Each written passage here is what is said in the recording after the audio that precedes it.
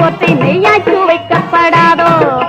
கையில் கிடைத்திட்ட கண்ணல் காணி சொற்றி மெய்யாச்சு வைக்கப்படாதோ வெறும் கணக்கு பார்த்தார் அவர் போலே அந்த